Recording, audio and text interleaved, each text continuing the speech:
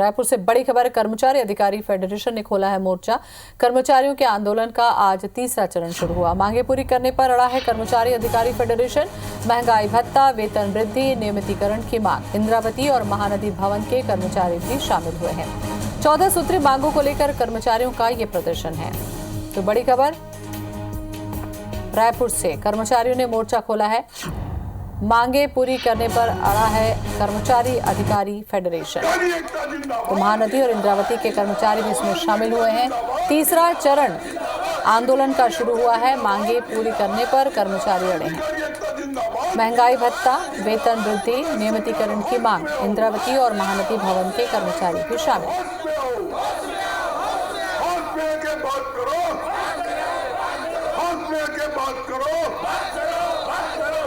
तुमको करनी होगी, बात तो तुमको करनी होगी। नहीं खुलेंगे,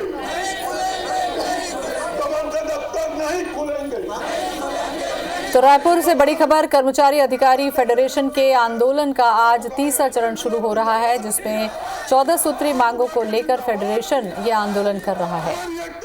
तो मांगे पूरी करने पर अड़ा है महंगाई भत्ता, वेतन वृद्धि और नियमितीकरण की मांग।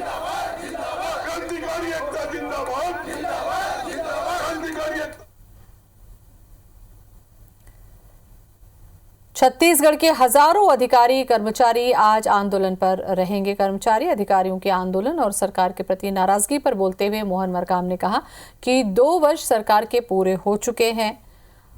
पहला साल कर्मचारी, किसान, मजदूर, आम जनता के लिए विशेष काम किए। दूसरे वर्ष पूरे 9 महीने कोरोना में चले गए। तो कहीं ना कहीं दूसरे साल में जो गति पकड़नी थी उसमें कमी जरूर आई है, लेकिन हमने शिक्षा कर्मियों के संविलियन समेत अन्य वर्गों को देने का काम किया है। आने वाले 3 वर्षों में हुए कर्मचारियों के लिए भी विशेष कार्य योजना बनाकर काम करेंगे। 2 वर्षों में पहला वह साल चाहे कर्मचारी हो, चाहे किसान हो, मजदूर हो, आम जनता के लिए विशेष काम किया। दूसरे वर्ष पूरे 9 महीने कोरोना काल में निकल गए हैं, मगर हमने शिक्षा कर्मियों को संविलियन किया और अन्य वर्गों को भी देने का, अन्य कर्मचारियों को भी देने का काम किया है। देखिए, बचे 3 वर्षों में हम कर्मचारियों के लिए भी विशेष कार्य योजना बनाकर हमारी सरकार काम करेगी। विजय झा हमारे साथ में जुड़ रहे हैं, कर्मचारी नेता। ज्यादा जानकारी हम लेंगे। विजय जी, तीसरा चरण का आंदोलन आज आप लोगों ने शुरू कर दिया। आखिर मांगे क्या हैं और क्या चाह रहे हैं सरकार से आप? विजय जी, सुन पा रहे हैं आप मुझे? तो कर्मचारी फेडरेशन अपनी 14 सूत्री मांगों को लेकर आंदोलन पर है। आंदोलन का तीसरे चरण की शुरुआत आज हो चुकी है।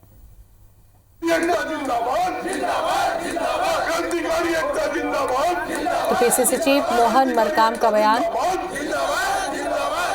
पहले साल किसान, मजदूर के लिए काम किया।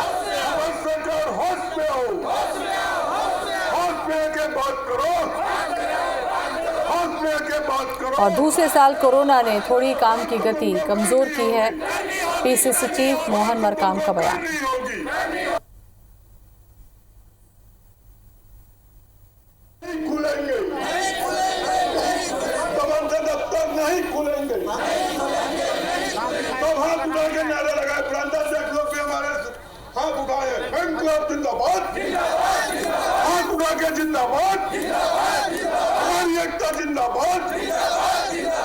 विनय हमारे साथ जुड़ रहे हैं, हमारे संवाददाता, ज्यादा जानकारी के लिए। विनय, तीसरे चरण का आंदोलन आज कर्मचारी फेडरेशन ने शुरू कर दिया।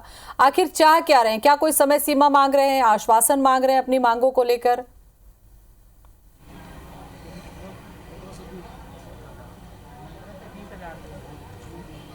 देखिए, मोहन मरकाम की जो बात है, पीसीसी चीफ, इनकी बात से शुरू करेंगे। इनका कहना है कि जो पहला साल था वो किसानों के लिए था, वो कर्मचारियों का था। जो शिक्षा कर्मी की बात करें तो उन्हें काफ़ी राहत मिली है, संविलियन उनका हुआ है। लेकिन अन्य भी विभाग के कर्मचारी हैं, वो आंदोलित हैं और उनकी 14 सूत्री मांगे हैं, जिसमें से वेतन वृद्धि है, महंगाई भत्ता है, नियमितीकरण है, और भी जैसे संविलियन दिया गया है, ऐसे अन्य विभागों के कर्मचारी भी नियमितीकरण की मांग कर रहे हैं। पेंशनर्स हैं और ऐसे कई सारे जो कर्मचारी हैं जिनके आश्रित लोग थे, वो अपनी सरकार से अनुकंपा नियुक्ति चाह रहे हैं। कई सारी मांगे हैं। 14 सूत्री मांगों को लेकर के पिछले 2 सालों से ये प्रदर्शन जारी है और ये कहना कोई गलत नहीं होगा कि ये लंबी समय से मांग है। पिछले सरकार में जब जो प्रदर्शन हो रहे थे उस दौरान जो कांग्रेस थी उन्होंने इनकी मांग को जायज़ ठहराया था। इनके जो एक्चुअल मुद्दा यही है कि जब उस दौरान इनकी मांगें जो सही थी तो सरकार बदलते वो गलत कैसे हो गई या कमज़ोर कैसे हो गई। इन्हीं सब मांगों को लेकर जब घोषणा पत्र में सरकार ने जो कांग्रेस पार्टी ने इन्हें दिया था तो अब तक ये मांग पूरी क्यों नहीं की गई, समय सीमा भी नहीं बताई जा रही है। ये कर्मचारी अधिकारी यही चाह रहे हैं कि सरकार अगर मांग को नहीं पूरी कर पाए तो एक समय सीमा बताए, एक बैठक करे जिसमें ये तय हो कि प्रारूप क्या होगा, रूपरेखा क्या होगी, जिस तरह से कर्मचारियों का सम्मिलन है। इन्हीं से बात कर लेते हैं। कर्मचारी नेता है, ये बताइए कि मोहन मरकाम ये कह रहे हैं कि जो पहला साल कर्मचारियों का था, सर इनके जो बयान है उससे आप तारुफ रखते हैं? नहीं, पहले साल उनका कहना था कि किसानों का था। 2019 जो है किसानों का था। सरकार के जिम्मेदार जितने भी पद में बैठे हुए हैं सभी ने ये कहा था कि 2019 जो है किसानों के लिए, 2020 कर्मचारियों के लिए रहेगा। मैं माननीय मोहन मरकाम जी बहुत सुलझे हुए जो है प्रदेश कांग्रेस कमेटी के अध्यक्ष है, मैं उनसे जानना चाहता हूँ कि 2020 लगभग 12 दिन बाद निकलने वाला है, तो अभी तक 2020 में कर्मचारियों के लिए क्या निर्णय लिया है? मोहन मरकाम ये कह रहे हैं कि आगे भी रणनीति बनाएंगे और कर्मचारियों को जिस तरह लाभ दिया है वो देते रहेंगे। मोहन मरकाम जी क्या सोच में कह रहे हैं ये वो जाने। बड़ा स्पष्ट बात है कि कर्मचारी अधिकारी को सारे डॉक्यूमेंट्स मालूम है, सारी जानकारी उनके पास है। सरकार की वित्तीय स्थिति का क्या पोजीशन है वो भी हम जानते हैं, क्योंकि सारे फाइलों का निराकरण तो हम ही कर रहे हैं। हमारा कहना बहुत स्पष्ट है कि सरकार अगर महंगाई भत्ता नहीं दे रही है, अगर कोरोना का बहाना बना रहे हैं तो जुलाई 19 का महंगाई भत्ता क्यों रोक के रखा है उन्होंने? वो तो उस समय कोरोना नहीं था, जनवरी का रुका हुआ है, अभी जुलाई में फिर रुक गया है।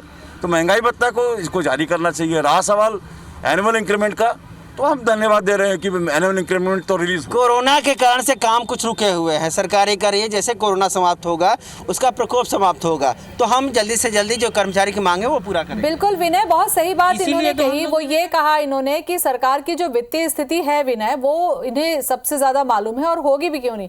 फाइल सारी इन्हीं लोगों के हाथ से जाती है। आप बने रहे हमारे साथ में। विजय झा भी हमारे साथ में जुड़ चुके हैं, कर्मचारी नेता हैं। विजय जी, आंदोलन का तीसरा चरण आज से आप लोगों ने शुरू कर दिया। आखिर वर्तमान में चाहते क्या है आप? क्या आप लोगों को कोई समय सीमा चाहिए, आश्वासन चाहिए, या कुछ ऐसी मांगे हैं जिसको तुरंत पूरी करे सरकार? पूरा समय सीमा समाप्त हो चुका है और दुर्भाग्य का विषय है कि मुख्यमंत्री के आश्वासन के बाद भी आदेश जारी नहीं होते हैं। केवल कर्मचारियों के लिए आर्थिक संकट समझ से परे है।